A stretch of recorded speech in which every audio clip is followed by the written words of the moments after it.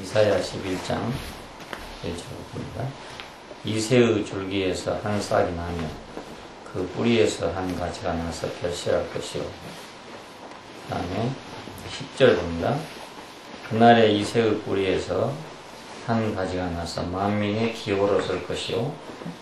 열방이 그에게로 돌아오리니 그 거하는 곳이 영화로우리로다. 2절만 보겠습니다.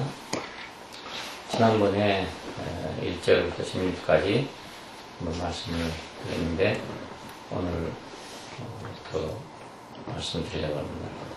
만유를 포함한 그리스도 8번째, 생명의 무궁한 능력이 되신 그리스도에 대해서 말씀드립니다. 4장 1절에서 1절까지는 그 여호와의 싹과 그 땅의 소산, 그리고 영광의 덮개인 천막과 보호의 장막에 대해서 계시가 되어 있었는데 11장에서는 이새의 줄기에서 한 싹이 났다. 그리고 이새의 뿌리에서 한 가지가 났다. 이렇게 말씀했어요. 여기서는 이제 그 생명의 무궁한 능력이신 그리스도를 상징하는 그런 모양입니다. 생명의 근원에서 핀 싹, 생명 근원이 있습니다. 무슨 생명이든지. 그래서 근원만 있으면 언제든지 싹은 난다. 그런 뜻이에요. 나무가 다 잘려도 겉으로 보기엔 죽은 것 같을 때 생명이 있기 때문에 싹이 나오죠. 이것은 우리에게 중요한 것을 알려주는데 뭐냐면 하나님이 있으면, 영원한 근원이신 하나님이 있으면 절대로 멸망이 없다. 이것을 우리에게 보여주고 있어요. 근원이 없는 세상과 근원이 있는 세상의 그 차이가 바로 이것입니다. 세상은 아무리 그것이 흥황하고 번성할지라도 근원이 없기 때문에 망하면 그냥 그 끝이지만은 그 교회는, 하나님의 나라는 아무리 겉으로 망한다 할지라도 그 생명의 근원이신 하나님이기 때문에 다시 나올 수 있다라는 걸 볼 수 있어요. 이걸 이스라엘 역사에서 볼 수 있습니다. 이스라엘은 정말 그 역사 안에서 너무나 그 파란이 많은 그런 민족입니다.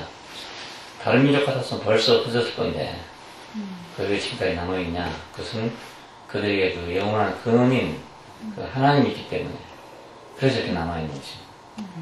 역사상에서 있다가 없어진 민족이 수없이 많습니다. 흔적도 찾아볼 수 없도록 다 없어졌는데 저런 환경에서 지금까지 남아있는 민족은 거의 없어요. 이스라엘만 남아있습니다. 이것은 근원이 있는 백성의 장점이라고 할 수 있습니다. 그리고 우리가 성경에서 본 대로 그 창조는 어디서 시작됐냐? 그 완전한 절망에서 시작됐어요. 땅이 혼돈하고 공허하고 그 안에 기품이 있었다. 그래서 하나님의 신도 앉을 자리가 없는 그런 상태에서 하나님 창조를 시작했잖아요. 물론 그 이전에 하나님 전지를 창조했다 할 때는 아무것도 없는 데서 창조하신 것입니다. 이것은 영원한 근원이신 분이 있기 때문에 가능한 일입니다. 근원이 없으면 불가능한 일이죠. 그리고 홍수 시대에서의 구원이 이제 나오는데 그 홍수의 멸망이라는 것은 이제 완전한 멸망 말이에요. 땅에서 기식 있는 모든 생물을 제했다 이럽니다. 그러니까 아무런 희망도 없는 그런 시대에서 노아를 통한 그 구원이 일어났는데 이거 역시 영원한 근원이 있는 분으로 말미암은 것이기 때문에 그냥 우연히 된 일이 아니라는 것입니다. 그리고 바벨에서 아브라함을 부르신 걸 보더라도 그 완전히 절망적인 시대에서 더 이상 희망이 없는 그런 시대였는데 거기서 아브라함을 불러내셨어요. 그건 영원한 근원이신 하나님이 있기 때문에 그게 가능한 일입니다. 그리고 결정적으로는 예수님께서 죽으신 가운데 부활하셨다. 이것은 이 모든 것을 다 함축하고 완성하는 의미입니다.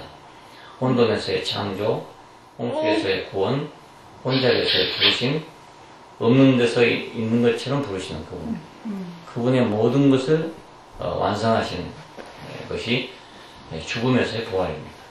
그러니까 부활이 그냥 단순히 우리가 뭐 영혼이 있으면 산다 이런 문제가 아니고 그 근원이신 하나님이 있다는 것을 증명하는 것입니다. 완전하게 끝났지만 근원이 살아있다.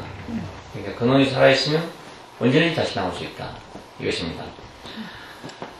우리는 이제 그 출애굽기를 읽으면서 아론의 그 마른 막대기에서 싹이 났다 하는 사건을 보게 되는데, 이거 역시 마른 막대기에서 어떻게 싹이 나겠냐고 있습니다.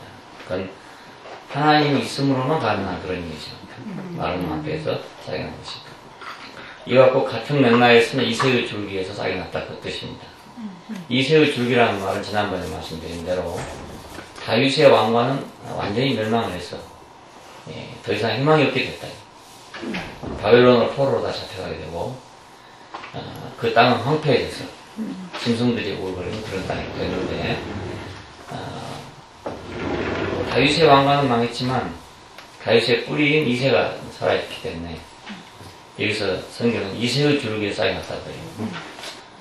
정말 어떻게 이렇게 그 깊이 생각을 하고 썼는지, 왜 다윗의 줄기라고 안 하고 이새의 줄기라고 썼는가, 너무 신기한 일이 아닐 수 없어요. 다윗의 줄기는 끝났습니다. 끝났는데 이새가 남아있습니다. 그리고 이제 예수님에게 오면 아브라함과 다윗의 자손 예수 그리스도의 족보다 이렇게 나옵니다. 그 아브라함과 다윗의 자손을 보면 몇 번이고 대가 끊길만 한 때가 와요. 이렇게. 그리고 그걸 통해서 이제 5 여자가 사이를 맺고가지고 예수님의 이르기까지 나오게 됩니다. 이것은 결국 근원이신 하나님이 있기 때문에만 가능한 그런 일이죠. 다른 족보 같으면 이미 벌써 끝나버릴 그런 족보인데, 근원이신 하나님이 있음으로써 예수님에게까지 그 족보가 연결돼서 나옵니다. 동정녀에서 아들을 낳았다, 아기를 낳았다, 이 말도 같은 말입니다. 그러니까 아기를 낳을 수 없는 사람이 아기를 낳았다 이 말이거든요. 이것은 영원한 근원이신 하나님이 창조자가 있기 때문에만 가능한 그런 얘기입니다. 이 모든 것이 결국 창조자가 있다, 그걸 얘기하는 거예요. 근원이 있다. 말씀이 육신이 된 독생자, 요한복음에서는 그렇게 말하는데, 어떻게 하나님의 말씀이 육체가 되겠냐 이겁니다. 불가능한 일이거든요. 그러나 창조자가 있기 때문에만 가능한 일이에요. 그리고 죽음에서의 부활을 천열매라고 합니다. 이것은 모든 인류가 다 하나님께 대해서 멸망이지만 새로운 인류가 다시 시작됐다. 잠잠한 자들 천년매가 됐다. 이것은 결국 영원한 근원에서 한 싹이 나왔다 하는 이 말씀의 완성입니다. 생명의 근원에서 싹이 핀다. 생명이 있으면 언제든지 싹은 핀다. 이것은 근원이 있으면 언제든지 싹이 난다. 근원이신 하나님이 있으면 우리 절대로 절망이 없다. 그런 말입니다. 여호와가 우리 구원이다. 근원이다. 그러니까 하나님이 뭘 누가 본 사람이 있습니까? 아무도 본 사람이 없죠. 근데 하나님이 있는 백성과 없는 백성의 차이는 엄청나게 다르고, 하나님이 있는 사람과 없는 사람의 일은 엄청나게 달라요. 하나님이 없는 사람은 잘 되다가도 넘어지면 그 끝이야. 근데 하나님이 있는 사람은 넘어져도 다시 일어나야 되는 거야. 자기가 일어나는 게 아니고 하나님이기 때문에. 주는 아브라함의 하나님, 이삭의 하나님, 야곱의 하나님이라 하신 것을 읽어보지 못했느냐. 이것은 부활을 얘기할 때 그 말을 했어요. 그 말은 아브라함이 죽었어도 하나님이 있고, 이삭이 죽었어도 하나님은 그대로 있고, 야곱은 죽었어도 하나님 그대로 있다는 뜻이에요. 이것이. 그러니까 하나님만이 없다면 아브라함이 죽으면 그만이고, 이삭이 죽으면 그만이고, 야곱이 죽으면 그만이잖아요. 근데 아무리 사람이 다 죽어도 하나님은 있다. 그러니까 또 이삭이 나올 수 있고 또 이삭이 나올 수 있는 거죠. 언제든지 이삭은 나올 수 있는 거죠. 예수를 죽였어요. 그래서 다시는 예수가 없을 줄로 생각했잖아요. 그런데 예수는 계속 나오는 것입니다. 왜냐하면 예수를 예수 되게 하신 분이 있으니까. 예수를 아들 되게 하신 분이 있기 때문에 그 예수란 역사적인 한 인물이 없어져도 또다시 예수가 나오고 또다시 예수가 나오고요. 목수가 있으면 책상 언제든지 만들 수 있는 거예요. 책상 이걸로 불타버렸다. 목수만 있으면 언제든지 만들 수 있잖아요. 그러나 목수가 없다면 아무리 그것이 바위덩어리 하더라도 시간이 지나면 없어져 버릴 거 아니겠어요. 그러니까 근원이신 하나님이 있다는 것이 얼마나 우리의 큰 힘인지 모르죠. 내가 힘이 있어서가 아니고 근원이신 그분이 힘이 되는 거예요. 하나님이 우리의 근원이시다. 두 번째는 생명의 뿌리에서 나온 가지에 대한 말인데, 왜 이새의 줄기에서 싹이 났다고 이새의 뿌리에서 가지가 나왔다 하는가? 그것은 가지는 그 생명이 자란다는 뜻입니다. 자란다.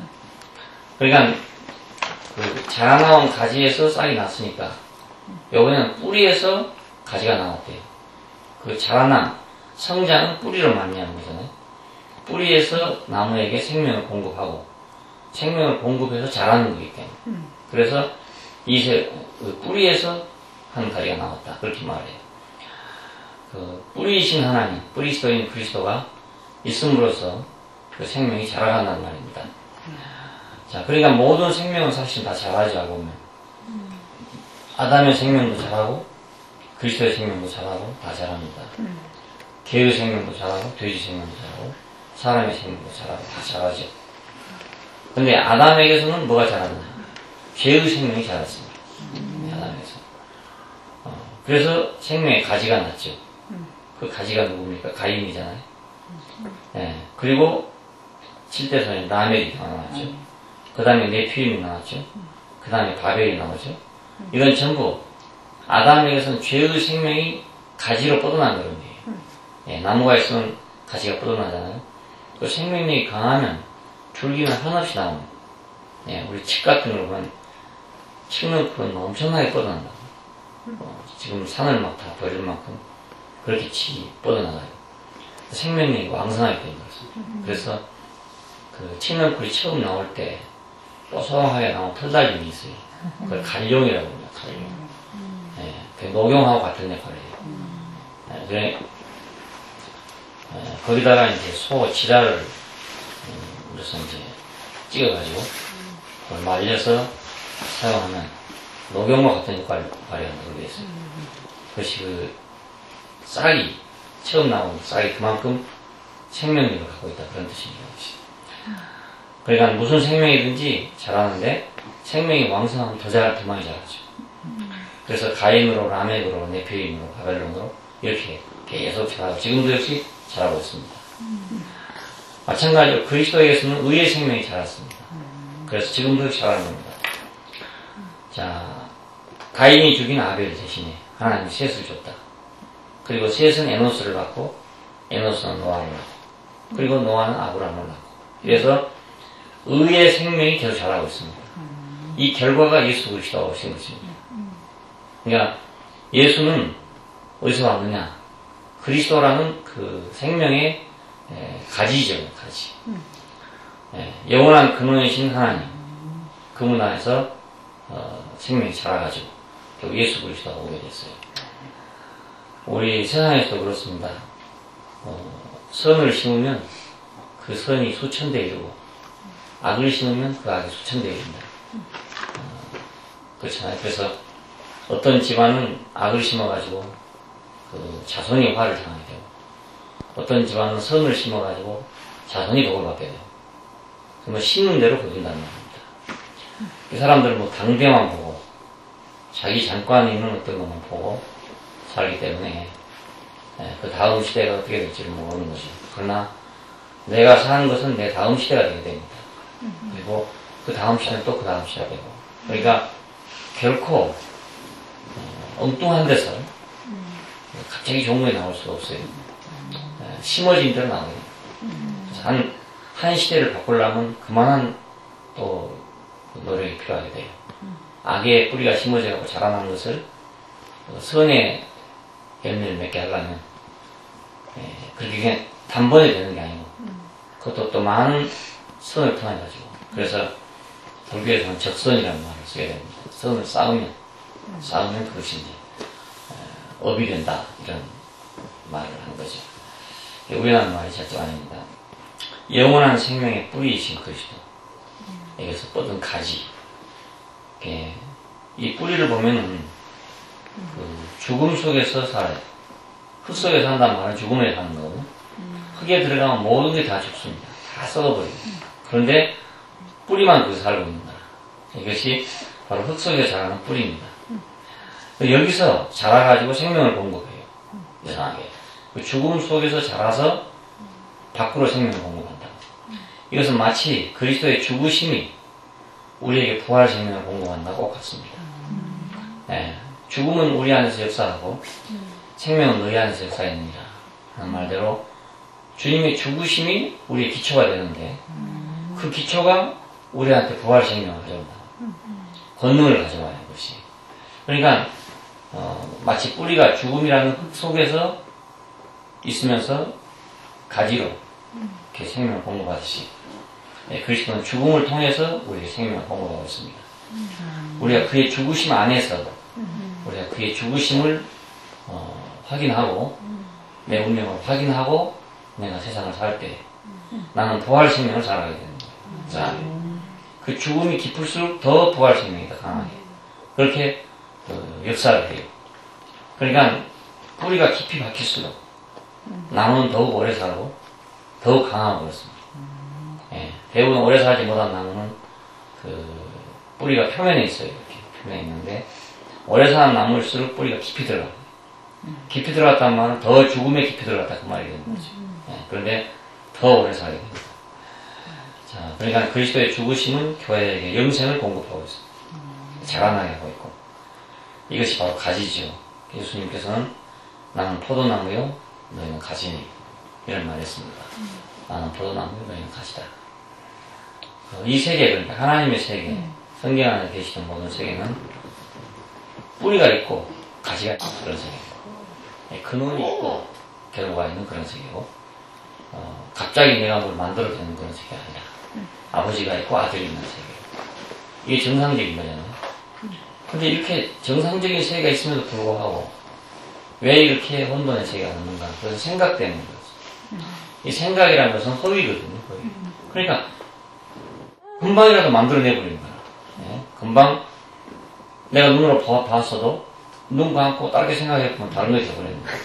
이 생각이라는 게 그렇게 아주 요상한 것이거든요. 그러니까 세상은 생각으로 만들어져 있기 때문에 그럼 앞뒤가 없는 거야. 네? 생명의 세계는 전부 앞뒤가 있어요. 씨가 있고 열매가 있고 다 정상적입니다. 절대로 그걸 어기는 법이 없습니다. 네, 거꾸로 가는 법이 없어요. 그런데 생각은 거꾸로 가요. 네, 생각. 그래서 우리가 생각을 의지할 게 아니고 영을 의지하라는 말이 그 말입니다. 네, 그래서 사람이 싸울 때도 보면 생각 때문에 싸우잖아요. 영화를 보면 생각 때문에 내가 생각하기에 따라가지고 뭐 별거 아닌 일이지만 어떤 경우에는 막 굉장히 심각한 일이 될 수도 있어요. 뭐 그러면 이제 뭐 화가 나는 거죠. 화가 나면 그걸로 인해서 또 행동이 일어나고 행동이 일어나면 또 반격이 오고 이래가지고 막 커져가지고 별거 아니었던 것이 생각 하나 때문에 엄청난 일을 만들어낼 수 있다. 생각이라는 거 이걸 우리가 의지하면 안 되는 이유가 바로 그것입니다. 왜냐하면 생각은 뭐 늘 파도처럼 일어났다 꺼졌다 하는 거니까 어느 순간에 일어날지 어느 순간에 꺼질지가 모르는 거예요. 오늘은 이렇게 생각했다 내일 저렇게 생각할 수 있는 거죠. 근데 그것을 자기가 사실이라고 믿는 데서 문제 해결하는데 안 풀리고 그것만 사실이다. 내 생각만 사실이다. 이렇게 믿기 때문에 절대로 풀어질 수 없는 거라. 내가 미워하는 것도 생각이고 내가 예뻐하는 것도 생각이고 생각이잖아요. 결국에. 그러니까 미워한 것도 바꾸면 되는 거라. 네? 바꾸면 되는 건데 절대로 못 바꾼다고 생각하기 때문에 안 되는 거예요. 생각을 사로잡아 죽게 복종케 한다. 그런 말이 나옵니다. 생각을 사로잡아. 그러니까 우리 모든 생각을 다 사로잡아요. 사로잡아가지고 그 죽으시고 다시 사신 분에게 그 잡아다 맡겨야 돼요. 그 잡아 족쳐야 된다. 그 말. 예, 그래야 그 생각이 실제가 되지. 안 그러면 지멋대로 하는 게 생각입니다. 지멋대로 하는 게. 뭐 당장에 내가 대통령이라고 생각할 수도 있고 내가 뭐 당장에 뭐 악당이라고 생각할 수도 있고 내가 생각에 따라 생각이라는 건 뭐 제한이 없으니까. 네, 그래서 생각이라는 말의 어원을 찾아보니까 허위라고 했어요. 허위. 꾸미는 거다. 거짓말이다. 사기다. 이런 말이 들어있어요. 네, 우리는 악의 뿌리에서는 멸망이 자라고 의의 뿌리에서는 영생이 자란다. 이 법칙의 세계, 이 정상적인 세계를 살아야지 생각으로 뒤집는 세계에 살면 우리 인생이 어디로 갈지 모르죠. 그렇잖아요. 농사를 지면 농사 지는 건 정직하잖아요. 딱 그때 씨를 뿌려야만 그때 열매가 보인다. 이거 정직한 일이거든요. 네. 그래 그대로만 살면 사람도 그대로 살면 틀림없이 맞는 건데 그대로 안 살고 농사 지는 사람도 농사는 그렇게 지면서 인생은 그렇게 안 살기 때문에 문제가 생기고 일액천금을 꿈꾸다가 망한다든지 뭐 이런 거 생기잖아요. 이건 뭐 생각이죠. 갑자기 어떻게 일액천금이 나오겠습니까? 네. 그런 생각하다가 진공하다가 망한다든지 뭐 도박하다가 망한다든지 뭐 이런 것들이 생기는 경우가 바로 그거죠. 생명의 뿌리에서 가지가 나온다. 네. 그리스도는 영원한 생명의 뿌리에서 나온 가지다. 네. 그리고 이 생명의 뿌리에서 교회는 영양분을 공급받고 있다. 결코 허황한 것이 될 수 없고 생각으로 교회가 되는 게 아니라 이겠습니다. 세 번째로는 생명의 공급에서 온 풍성이 있어요. 그 뿌리에서 오는 그 생명의 공급은 너무너무 풍성해요. 그 우리가 뿌리를 보면 아무것도 없어요. 나무 뿌리를 캐보면 없는데 벌거벗고 있고 맨몸이고 이런 것이 그 뿌리인데 거기서 나무에서 올라와 가지고 나무가 자라난 걸 보면 너무나 풍성한 거예요. 그 수많은 가지가 생기고 수많은 잎이 나오고 꽃잎이 피고 열매가 맺고 이건 너무나 풍성한 거잖아요. 근데 여기 보니까 그날에 이새의 뿌리에서 한 가지가 나서 만민의 기호가 될 것이다. 그건 이제 기가 된다 그 말이거든요. 기는 무엇을 설명하고 무엇을 보여주는 것이 기입니다. 한국 기가 딱 뜨면은 아 이건 대한민국 일장기가 뜨면 이건 일본 보여주는 거잖아요. 사단들이 모두 모이면 각기 사단별로 기를 들고 나옵니다. 그러면 이건 뭐 백만 부대다, 뭐 이건 뭐 호랑이 부대다, 뭐 이런 식으로 이제 표시가 다 되어 있잖아요. 그러니까 생명의 공급에서 온 풍성이 기여가 될 거다. 그리스도로 말미암아서 공급받은 우리는 어떤 풍성이 보이게 될 것인데 그 세상에 대한 기여가 된다. 그건 기가 된다, 깃발이 된다. 생명은 공급하고 공급하면 풍성해진다. 그러니까 참 아무것도 아닌 것 같은데 너무나 풍성해요. 뿌리에서 올라올 때는 뭐 명물이 올라온 것 같은데 마지막에 가면 열매가 되잖아요. 달콤한 열매가 되고. 우리가 수액을 먹어보면 밑에서 먹은 것일수록 더 심심해요. 근데 올라갈수록 농도가 짙어져 갑니다. 그래가지고 맨 끝에 가면 열매가 딱 되는 거예요. 생명은 너무너무 신기하고 풍성하죠. 그 뿌리에서 한 가지가 나서 결실할 것이요. 여기 지금 이사야에서 보면 요한복음 15장에는 나는 포도나무요 가지니 저가 내 안에 내가 저 안에 거하면 이 사람은 과실을 많이 맺는다. 그러니까 우리가 어느 뿌리에 접붙여졌느냐에 따라서 우리는 과실을 어떤 과실을 맺으면 또 얼마만큼 맺는가 이런 것이 결정됩니다. 탱자나무가 있으면 거기다가 귤나무 접붙이죠. 그럼 탱자나무는 뿌리가 귤보다 훨씬 강하단 말입니다. 강하기 때문에 그 가지에다가 영양분을 충분하게 공급을 해주는 거예요. 그래서 귤이 잘 자라니까 탱자나무에다가 귤을 접붙이게 됩니다. 우리가 그리스도에게 접붙여지면 그와 같이 우리는 영원한 생명을 공급받게 됩니다. 사람 어딘가에 접붙여져서 자기가 영양분을 먹고 사는 거지 그냥 혼자 스스로 사는 것이 절대로 아니에요. 사람들이 생각할 때 자기가 모든 걸 다 하는 걸로 생각하지만 절대로 그렇지 않고 어디엔가 뿌리가 박혀서 뭘 받아먹고 그렇게 사는 겁니다. 받아먹고. 그래서 이 나무에 접붙였냐 작은 나무에 접붙였냐에 따라서 한데 귤나무는 탱자나무에 접붙여야지 귤나무를 소나무에 접붙여서는 안 되잖아요. 어떤 동질성이 있어야 된다. 동질성. 그리고 우리가 그리스도에 접붙이는 것은 우리의 영원한 운명과 하나의 동질성 안에 접붙여집니다. 태초에는 하나였죠. 그러니까 그리스도와 우리는 태초에는 하나였어요. 우리가 선악과를 먹고 범죄함으로써 갈라져서 그렇지 영원한 태초 안에서는 그리스도와 우리가 하나였단 말이에요. 그러니까 지금 귤나무하고 탱자나무 접붙인 것은 조금 다른 것 같아 보여도 그 근원은 다 하나의 탱자과라 됩니다. 그러니까 그리스도와 우리는 한 과에 속해 있는 거예요. 하나님 사람을 지을 때 여러 종류의 사람을 짓지 않았어요. 동물은 종류대로 지었다. 식물은 종류대로 지었다 그러는데 사람은 종류대로 지었다는 말이 없습니다. 오직 한 사람을 지었다. 그게 딱 한 종류입니다. 예수님이나 우리나 다 한 종류의 사람입니다.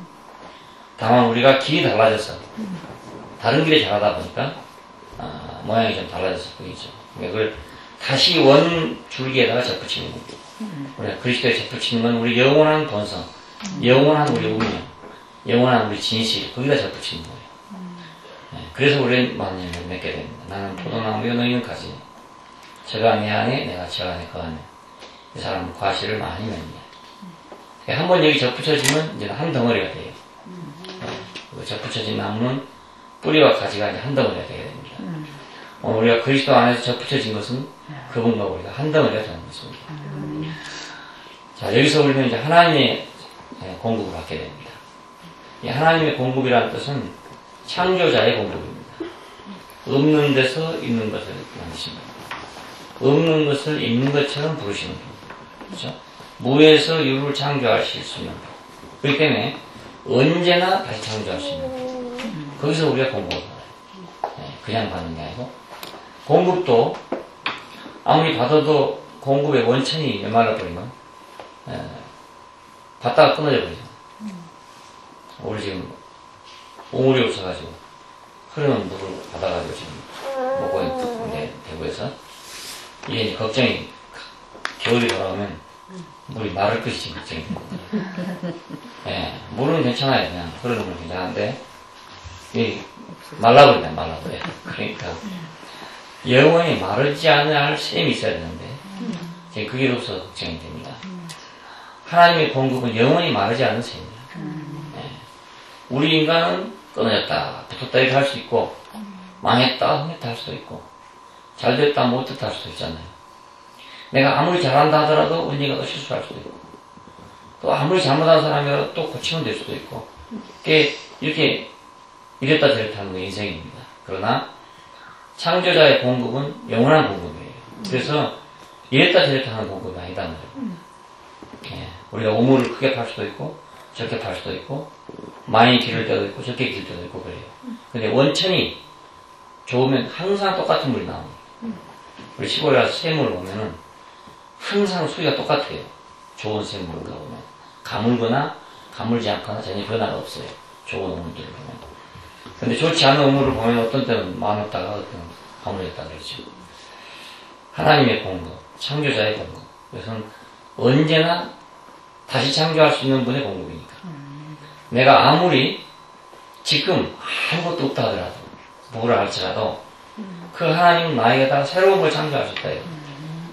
그러니까 이스라엘은 완전히 멸망해서,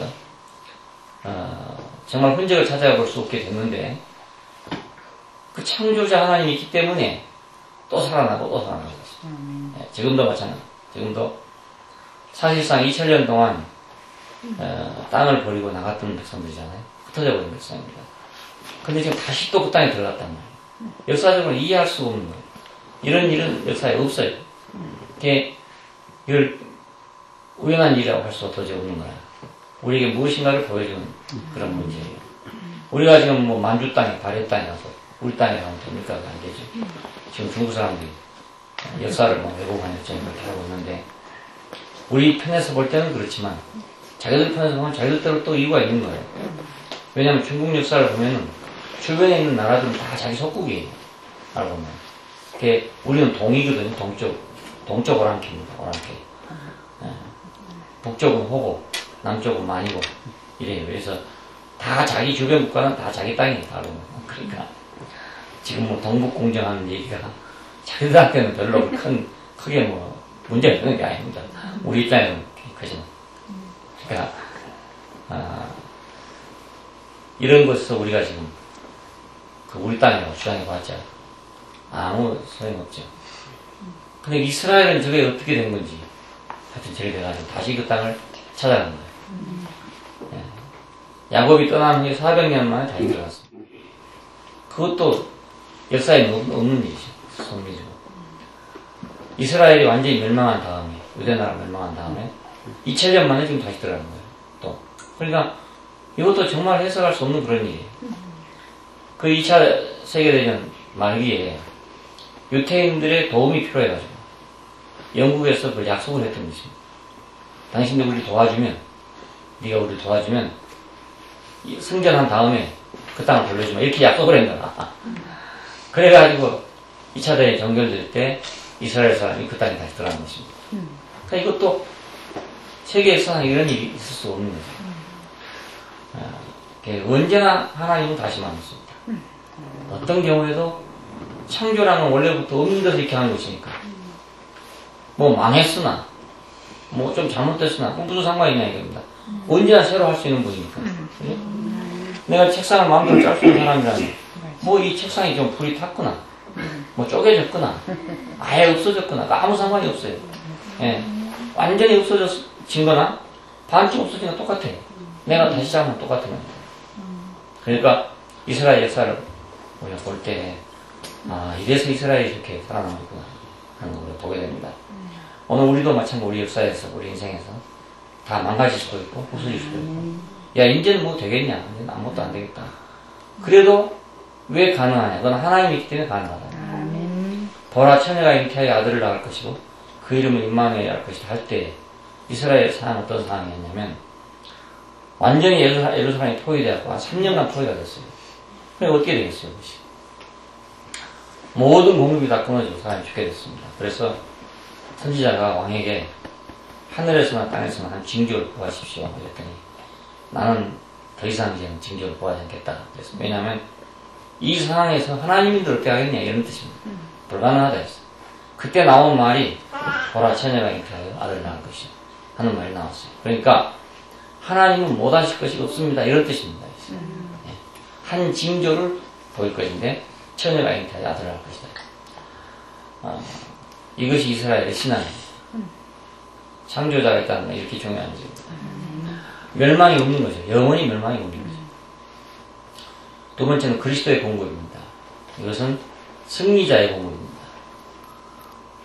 어떤 승리자도 죽은 자 가운데서 부활한 승리자는 없어요. 뭐 전쟁에 이긴 사람도 있고 뭐 모든 게 있는 사람이 있지만 죽은 인생을 살게 하는 그런 승리자는 없단 말입니다. 그러니까 그리스도의 공급은 죽은 자를 살리시는 그런 공급입니다. 죽은 자를 살리는 인생의 최대의 절망은 죽음입니다. 어떤 것도 죽음보다 더 큰 절망은 없어요. 그런데 죽은 자 가운데 다시 산다. 이 생명의 공급이니까 부활 생명의 공급자죠. 그래서 언제나 누구나 다 다시 살 수 있다. 그런 말이에요. 조금 덜 죽었으나 더 죽었으나 똑같습니다. 방금 책상이 반쯤 파손됐으나 완전히 없어졌으나 마찬가지인 것처럼 좀 덜 죽었으나 더 죽었으나 다 마찬가지예요. 새로 지으신 분이니까. 부활 생명은 옛 것을 근거로 나온 것이 아니고 전적으로 새로 나온 것이기 때문에 그게 뭐 있으나 없으나 상관없다 이 말입니다. 언제나 누구나 다시 살 수 있다. 어떤 사람도 그리스도 앞에 오면 새로운 피조물이 될 수 있다 이거죠. 저 사람은 정말 너무나 험한 사람이니까 근데 이럴 수 없고 저 사람은 그래도 조금만 고치면 되겠어 이것이 아니다 이겁니다. 그 안에는 새로운 피조물이니까 조금 고치고 덜 고치고 할 것이 없다 이겁니다. 아예 새로 만든 데 가면 그래요. 우리 고물상에 보면 그렇잖아요. 좀 좋은 철도 있고 좀 안 좋은 철도 있고 그렇습니다. 그리고 상당히 뭐 고쳐 쓸만한 것도 있고 아주 못 쓴 것도 있고 그래요. 근데 영광로에 들어갈 때 다 똑같이 들어가요. 뭐 조금 더 쓸모 있는 거나 조금 더 쓸모 없는 거나 별로 가치가 없어. 나는 가서 보면 이건 좀 아깝다 뭐 이런 게 참 많아요. 근데 영어 형제는 뭐 그런 관념이 없는 것 같아요. 뭐 조금 아깝다 덜 아깝다 이런 관념이 전혀 없어요. 왜냐면 다 한 덩어리로 들어가 보니까. 죽은 자 가운데서 다시 산다. 이것은 우리의 어떤 여지 그런 거하고 전혀 관계가 없다. 창조도 그렇고 부활도 그렇고 전혀 다른 세계니까. 자, 누구나 언제나 다시 살 수 있다. 어떤 사람도 안 될 사람은 전혀 없다. 이것을 보여줍니다. 자, 여기서 우리는 영원한 생명의 공급이 있습니다. 하나님의 공급, 그리스도의 공급. 이건 영원한 생명의 공급이에요. 자, 영생이라는 건 뭔가? 그것은 하나님의 생명입니다. 영생이라. 다른 말로 하나님의 삶이 곧 영생입니다. 그러니까 하나님은 영생이시다. 하나님은 영생이시다. 우리가 영생을 얻는다는 말은 하나님 삶을 얻는다 그 뜻이거든요. 하나님 삶. 그것은 우리가 영생을 산다는 말은 하나님처럼 산다 그 말입니다. 예, 영생을 얻는다는 말. 그러니까 사람이 인간이 돼가지고 육신 가진 인간이 돼가지고 하나님처럼 산다. 이게 영광이잖아요. 예. 돼지가 만약 사람처럼 산다면 그보다 영광스러운 게 없지 않겠습니까? 마찬가지로 흙으로 지어진 한 인간이 하나님처럼 산다. 그건 그보다 더 영광스러운 게 없죠. 예, 이것이 바로 영생입니다. 영생. 예, 길게 산다 이런 말이 아니죠. 우리말에서는 영생이라고 번역을 했어요. 그리고 영어로도 물론 이터널 라이프라고 번역을 했어요. 근데 이것은 인간의 최후의 소원이 오래 사는 거기 때문에 이렇게 번역한 거죠. 그 내용은 그게 아니고 복을 말합니다. 그 헤아릴 수 없는 복. 그러니까 사람이 하나님처럼 사는 헤아릴 수 없는 복. 그걸 영생이라고 해요. 흙에다가 씨를 뿌리면 그 밭이 됩니다. 그리고 밭은 풍성해지잖아요. 우리 인생도 흙인데 거기에 좋은 씨가 들어오니까 밭이 되죠. 예, 좋은 밭이 되니까 가을에 풍성한 수확을 얻게 되죠. 인생은 그냥 놔두면 그냥 흙입니다. 그냥 흙이고 여기에 이제 나쁜 씨가 들어오면 나쁜 밭이 되고 좋은 씨가 들어오면 좋은 밭이 되어버렸습니다. 똑같은 흙인데 가을에 가보면 이제 차이가 굉장히 나죠. 가라지가 심어진 흙도 있고 미리 심어진 흙도 있고 이렇습니다. 그래서 가라지가 심어진 밭은 불질을 일으키기 남잖아. 미리 심어진 밭은 주인의 창고로 들어가야 돼요. 사람은 흙이에요. 흙인데 어느 씨가 심겨지냐 하는 문제입니다. 그 하나님의 공급, 그리스도의 공급을 받은 흙이냐 아니면 사탄의 공급을 받은 흙이냐 허망한 생각의 공급을 받은 흙이냐 이 문제입니다. 사람이 생각으로 살면 생각을 근거로 살면 어떤 허망한 씨를 받는 거죠. 그리고 그 씨가 오늘은 이랬다 내일은 이랬다 그 인생이 안정될 수 없잖아요. 하나님의 공급, 그리스도의 공급을 받는 반만이 확실하게 가거래 가면 추수할 수 있다는 걸 볼 수 있습니다. 그래, 영생을 공급받은 인생은 풍성할 수밖에 없습니다. 왜냐하면 하나님의 생명을 공급받으니까 풍성할 수밖에 없죠. 우리 인생에서 하나님의 씨가 들어와서 하나님의 삶이 일어난다. 이것은 하나님의 풍성입니다. 네, 콩을 심어서 콩밭이 되는 거나 마찬가지입니다. 그러니까 이보다 더 풍성한 인생은 없습니다.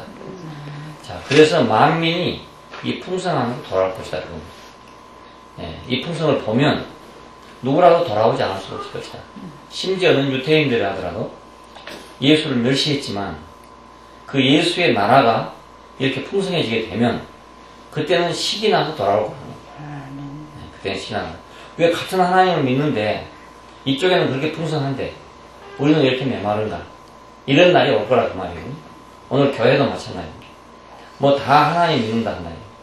그리고 오히려 자기들이 정통이라고 하고 이렇게 하고 있어요. 너는 이단이다 그래서. 그런데 자기들이 이단이라고 하는 것이 더욱더 풍성해지면 그때 자기들이 부끄러워질 거 아니겠어요. 네. 그래서 다시 돌아올 거다 그 말이에요. 이게 기호라는 뜻입니다. 기호. 기가 될 것이다. 그 기에는 뭐가 써있나? 풍성함이 써있다는 거예요. 미국의 깃발을 보면 깃발 자체만 봐도 풍성하다는 게 드러나 있다는 거예요. 미국 그러면 그만 깃발이 생각나고 깃발을 보면 미국의 전체를 포함하고 있는 것이니까 얼마나 풍성합니까? 야, 그 나라는 정말 가보면 땅도 넓고 새도 크고 모든 게 다 커요. 갈매기가 우리 갈매기보다 한 너댓 배 커요. 얼마나 큰지 무서울 정도로 커요. 갈매기가 곁에 오면 막 무서울 정도로 독수리 맞고 그래 크다고 갈매기가. 그리고 똑같은 갈매기가 그래 큰지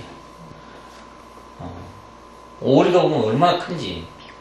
그러니까 땅이 좋아서 그런지 먹을 게 많아서 그런지 하여간 뭐 사람도 크지 짐승도 크지 다 커요. 그러니까 모두 그리 이민 가려고 나는 거지. 좋은 땅이라고. 그리스도 안에 있는 나라 하나님의 나라 풍성해지게 되면 그때 세상이 돌아오게 될 것이다. 이것이 기호라는 뜻입니다. 기호. 만민이 그 풍성을 보고 돌아올 것이다. 하나님이 풍성이 없는 세상을 우리가 보면 빈곤과 투쟁이 그리고 마지막에 사망. 왜 빈곤한가? 하나님 없으면 빈곤해요. 원천이 없으니까. 원천이 오면은 물을 아무리 길러가도 상관없어요. 옛날 시골에 가면 동네에 뭐 어떤 부잣집에 우물이 하나 있다가 온 동네 사람이 다 길러먹어. 그래도 뭘 안 해요. 왜냐면 계속 물이 나오니까. 근데 만일에 원천이 없이 그냥 물통에다 물 받아놨는데 너 가져가 보세요. 큰일 나죠. 자기 먹을 것도 없어지니까. 그냥 싸움이 벌어질 거 아닙니까? 가뭄이 들면 비가 안 오잖아요. 그러면 이제 웅덩이 하나뿐이고 노는 수십 개라고. 그러면 그 밑에 있는 사람들이 물 대려고 싸운다고. 예, 살인이 날 정도로 싸운다고. 예, 원천이 없으니까.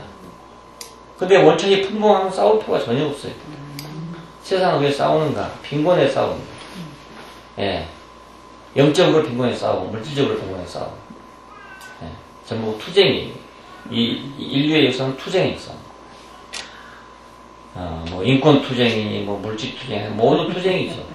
공산주의 운동도 역시 물질 투쟁이잖아요. 예. 왜 너만 많이 가지고 있냐? 같이 골라먹자. 뭐, 이래 싸우는 거란 말이야, 알고는. 어떤 일은 또 이제 권리를 가지고 막 싸우고 있고. 전부가 인생이 메마르기 때문에 그렇습니다. 원천이 없습니다. 공급받을 데가 없습니다. 공급만 풍성히 받는다면, 뭐 줄수록 더 좋죠. 물을 길러갈수록 물이 더 깨끗해진대요. 자꾸 퍼갈수록. 가만 놔두면 물이 오히려 더해가지고 안 좋고요. 그러니까 세상은 왜 싸우는가? 왜 마지막에 사망에 빠지는가? 빈곤에서 원천이 없기 때문에. 우리가 에덴을 보면 강이 에덴에서 발원하여 동산을 적시고 강의 물이 근원이 됐더라고 합니다. 그러니까 에덴이라는 데서 강이 발원했다. 에덴이라는 기쁨이라는 뜻이거든요. 안식 그런 뜻인데 그건 하나님의 보좌로부터 흐르는 강물이 됩니다. 계시록 하면 하나님과 어린 양의 보좌로부터 강물을 흐르더라. 그리고 강 좌우에는 생명나무가 있어서 시절도 쳐서 열매를 맺더라. 그러니까 이건 흐른다는 거라. 몫이 흘러. 네, 은혜가 흐르고 사랑이 흐르고 생명이 흐르는 것이다. 부모가 있는 아이하고 부모가 없는 아이하고 다른 점은 부모가 있는 아이는 그 흐름이 있어가지고 풍성한 흐름을 갖고 있는 거예요. 자기가. 그러니까 부족한 게 없죠. 근데 고아원 아이들은 흐름이 없잖아요. 그래서 자기가 감추려고 하고 이렇게 된다고. 네, 그거 아니면 못 사니까 서로 뺏어 먹으려고 이렇게 되고 말합니다. 그러니까 풍성한 원천이 있는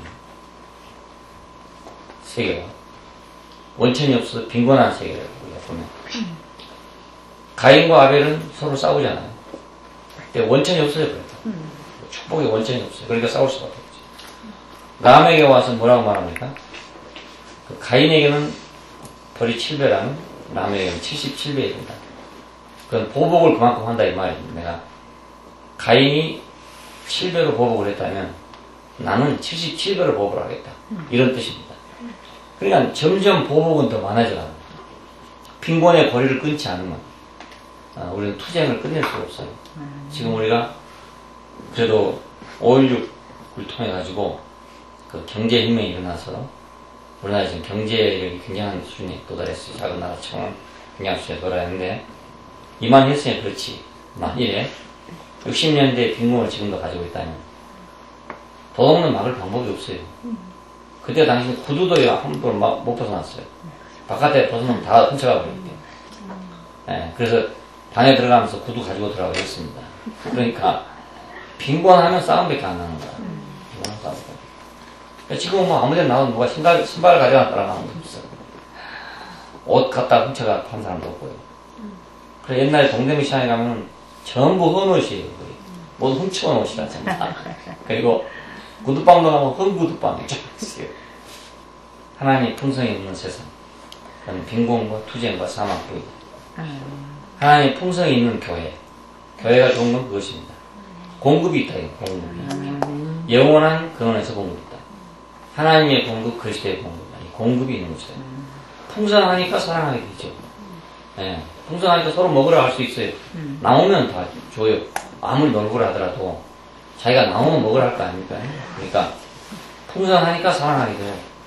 그러니까 영생이 오게 되는 거죠. 네. 그래서 겉으로 보기에는 별도 아닌 것 같지만 한쪽에는 샘 근원이 있는 곳이고 한쪽에는 샘 근원이 없고 그냥 도랑통에다 물 박아놓은 것 똑같은 거예요. 어느 날 마를지 모르는 거야. 그래서 서로 빨리 자기가 퍼가야 되겠다고 생각하는 것이 세상에. 흐르지 않으니까. 여기서 이제 생명의 풍성의 통치가 생기게. 이걸 뭐 깃발이라고 합니다. 생명이 풍성하면 통치가 온다. 이런 뜻입니다. 생명이 풍성하면 통치가 된다. 이 통치는 세상의 통치하고는 다르죠. 세상의 통치는 아까 말한 빈곤과 투쟁, 이것을 조정하느라고 이제 통치가 있는 겁니다. 서로 싸우니까. 만약 정부가 없고 경찰이 없고 법이 없으면 아수라장이 될 거 아닙니까, 이것이. 그러니까 세상의 통치하는 것은 그 불행을 막기 위해서 있는 거예요.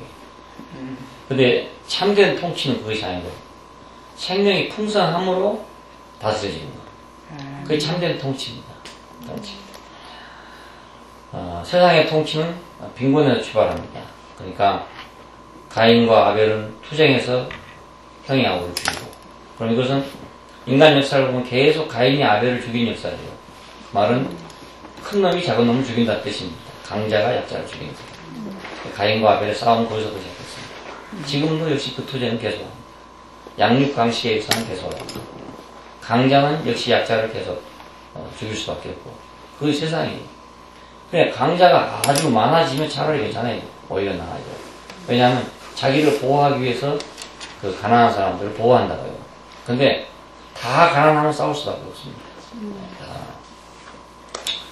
그래서 세상은 투쟁의 역사입니다. 근데 하나님의 통치는 풍성에서 출발하니까 에덴에서 강이 흘러서 에덴이 통치됐다.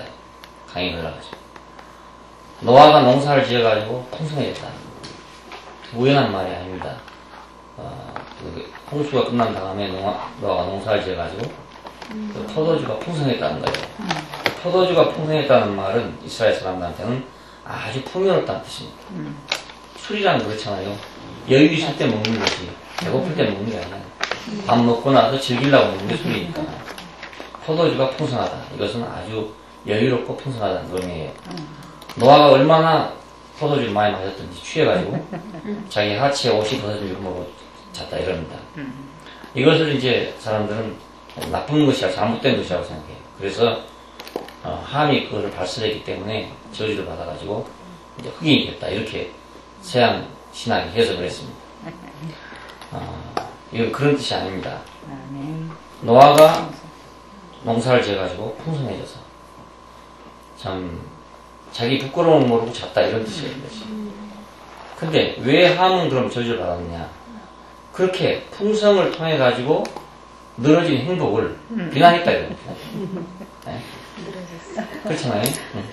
하나님이 주신 풍성 안에서 늘어지게 자고 있는데 그걸 자기는 도덕적인 관념으로 비난했다 이거. 네? 그래서 너는 저주받을 것이다. 종의 종이 될 것이다. 그래서 노아의 농사의 풍성, 이것은 하나님의 통치의 풍성을 그리고 가나안의 포도송이를 말하죠. 우리 출애굽기 보면 그 12명의 정탐꾼을 보냈을 때 포도송이를 뭐 2사람이 내고 왔다 이럽니다.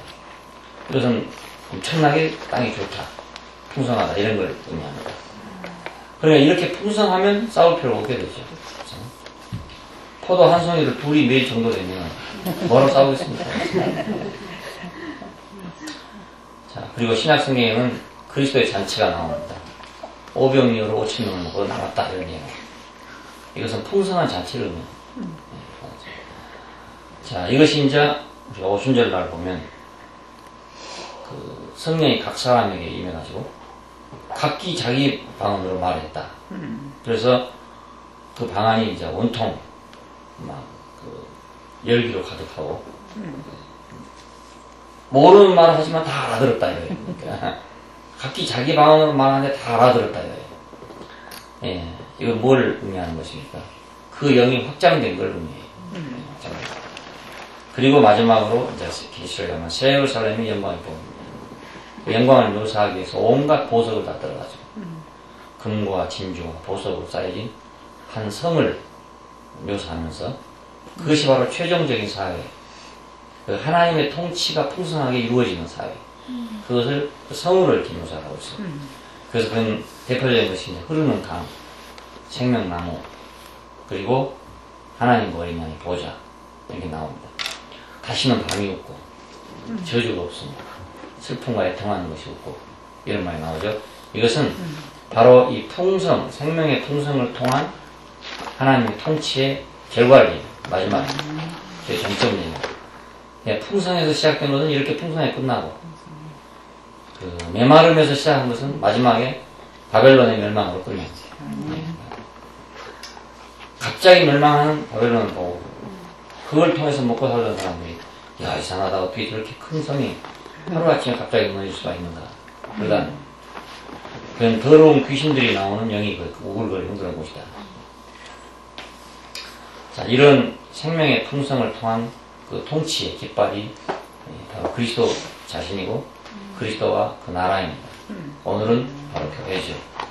이걸 보고 열국이 굴복할 것이다. 열국은 이방을 말하고 바로 빈곤한 그 세상을 얘기합니다. 하나님 없는 세상, 그 세상이 굴복하게 될 것이다. 네. 다시는 저주가 없고 밤이 없고 해함도 상함도 없는 이 나라 앞에 굴복할 것이다. 네. 세상을 아무리 잘해봐도 싸움이 끝나지 않잖아요. 지금 옛날에 비하면 우리는 너무너무 잘 살아요. 옛날에 빈곤에 비한다면 정말 잘 사는 거죠. 지금 우리는 미국에 가도요 별로 사람이 잘 산다는 생각이 안 들어요. 그 정도 우리가 잘 살고 있어요. 네. 우리 돈의 가치는 미국 가서 써봐도 굉장히 가치가 높습니다. 네. 달러하고 차이가 없어요. 우리 물건 사는 걸 갖고 해보면 일본에 가서 보니까요 우리 돈의 가치가 엄청나게 높아요. 그러니까 우리 수준이 굉장히 높아 있는 거죠. 아주 엄청나게 높아요. 그래도 사람들은 그거 행복하다고 생각하지 않아요. 왜냐면 원천이 없기 때문에 그렇습니다. 원천이 항상 불안하고 만약 그것이 원천이 있어가지고 분수처럼 땅속에서 물이 계속 솟아난다면 비록 내가 돈 10만원만 있다 하더라도 매일 10만원이 나온다고 하면 생각해보세요. 그러면 10만원만 가지고 풍족해. 근데 내가 1억을 가지고 있어도 더 이상 돈이 없다. 그러면 불안한 거예요. 꽃감 빼면 또 빼먹어야 되기 때문에. 그러니까 열국은 언제 굴복할 것인가? 하나님의 통치의 풍성이 일어날 때 그때 열국은 복종하게 될 것이다. 바로 이건 생명의 승리를 의미합니다. 그러니까 이새의 줄기에서 한 싹이 나오고 그 뿌리에서 가지가 나서 만민의 기호로 설 것이다. 깃발이 될 것이다. 바로 이걸 누구냐? 바로 그리스도 아닙니까? 네. 그리스도 외에는 이 우주가 안에 이런 사람이 없어요. 이런 인격이 없고 그리고 그의 나라 외에는 이렇게 될 나라가 없습니다. 그리스도 외의 나라는 이런 나라가 있을 수가 없어요. 세상 나라는 지금 가장 좋은 나라가 미국입니다. 이 지구상에서 가장 지금 잘 되어 있다는 나라가 미국입니다. 그러니까 그 이상의 나라는 앞으로도 있을 수가 없어요. 우리가 영원히 희망할 수 있는 바라볼 수 있는 나라는 그리스도와 그 나라밖에 영원한 나라가 없습니다. 네. 기도하십시다. 감사하신 아버지 하나님, 우리 영생의 축복 안으로 우리가 상상할 수 없는 풍성의 동산 안으로 그 통치 안으로 우리를 인도하여 주신 것을 감사합니다. 빈곤에서 출발해서 사망으로 끝나는 근거 없는 세상에서 우리는 풍성에서 시작해서 영광으로 끝나는 근거 있는 세계로 우리 인도하여 주신 것을 감사합니다.